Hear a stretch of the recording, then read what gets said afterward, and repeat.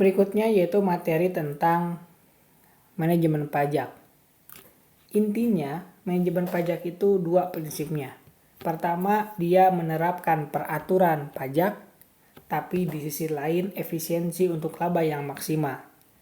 Manajemen pajak yang kita maksud di sini adalah tax avoidance atau penghindaran pajak.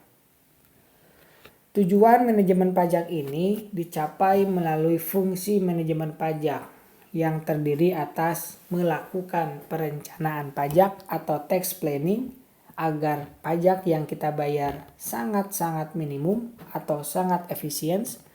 Dan yang kedua, pelaksanaan kewajiban perpajakan atau tax implementation, di mana kewajiban-kewajiban yang harus kita lakukan kita penuhi.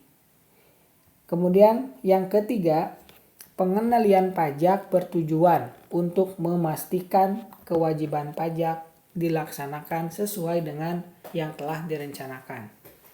Jadi 3 tujuan manajemen pajak. Melakukan pembayaran seminimum mungkin kewajiban pajak.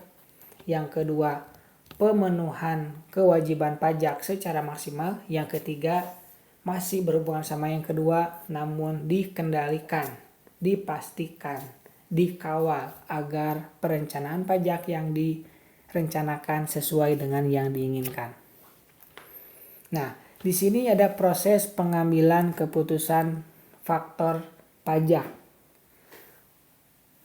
Kapan atau hal apa yang harus kita pertimbangkan ketika kita akan melakukan perencanaan pajak? Di sini ada pertanyaan-pertanyaan. Apakah? Maksudnya pajak apa yang akan dilakukan perencanaan?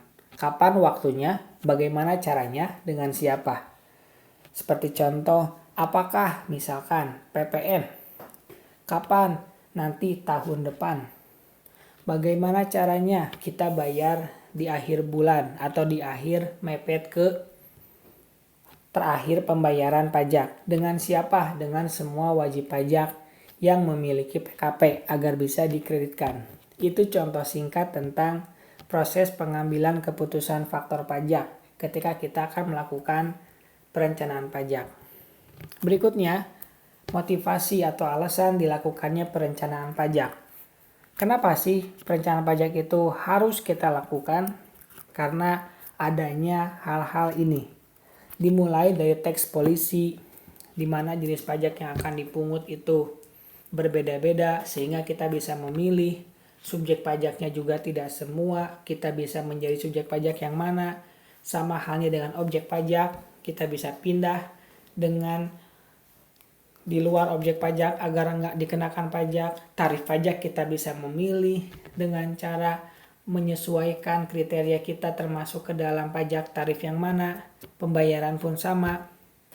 Kemudian di sisi tax law, itu UU tidak pernah lengkap karena yang bikin manusia.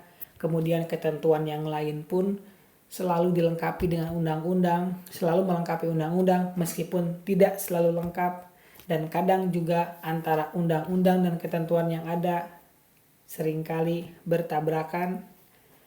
Berikutnya yaitu administrasi perpajakan, yang karena Indonesia ini negara kepulauan, maka tentu akan kesulitan dalam administrasi perpajakan. Seperti e-faktur bisa dilakukan di negara Indonesia, tapi hanya sebagian kecil saja. Yang di sana ada internet, yang di sana fasilitas yang mendukung.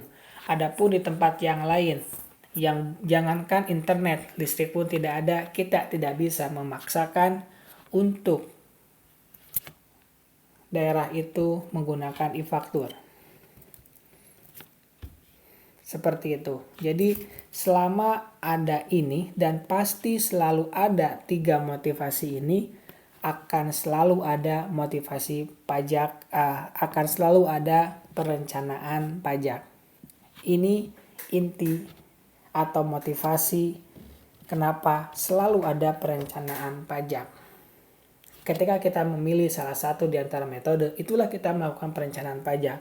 Ketika kita memilih kenapa kita menjadi PT dibandingkan dengan CV, itulah perencanaan pajak.